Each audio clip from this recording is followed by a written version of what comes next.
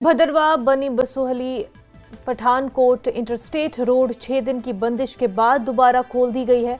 Bhaderwah development authority के CEO Balkrishna ने बताया कि भारी बर्फबारी के बायस भदरवा से चित्रकला के दरमियान राब्ता मुनक़ता हो गया था।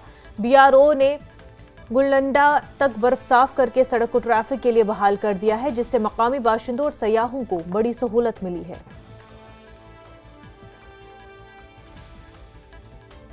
ये मैं बता दूं आपको कि जो ही बर्फबारी हुआ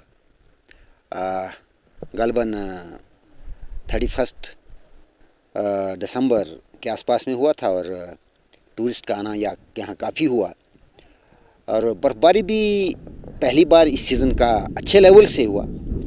तो रोड थोड़ी देर बंद रहा, उसके बाद खोल दिया गया था। रोड जो है गुलडंडा का हमारा जो एक स्नो का अट्रैक्शन पॉइंट बना हुआ है तमाम हमारे सैलानियों के लिए, तो खोला तो काफ़ी पहले से था, लेकिन जहाँ तक टूरिस्ट व्हीकल्स का मैं आपको बता दूं, आज से वो खोल दिया गया है।